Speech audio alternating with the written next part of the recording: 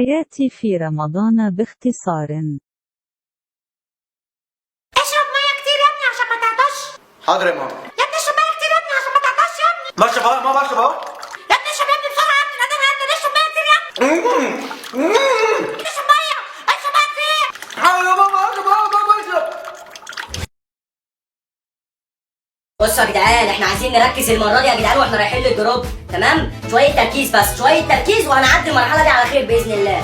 والرساله دي بقى توصل للي سايق العربيه، وربنا يا ابني لو متنا بسببك ما هحلك. لا لا ما تخافش، انا مركز اهو. لما اشوف.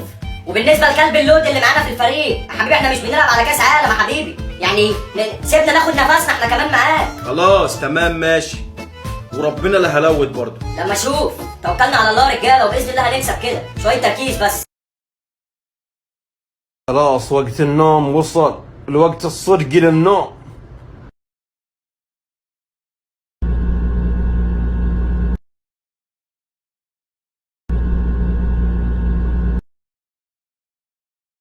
انت يا بيت اصحي، كل ده نوم.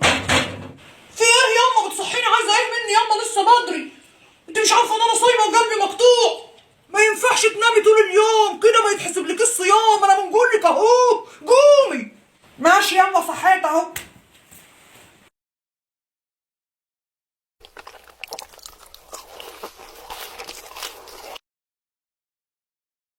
رامز كلام نجم اليوتيوب ومخه راكب بالشقلوب.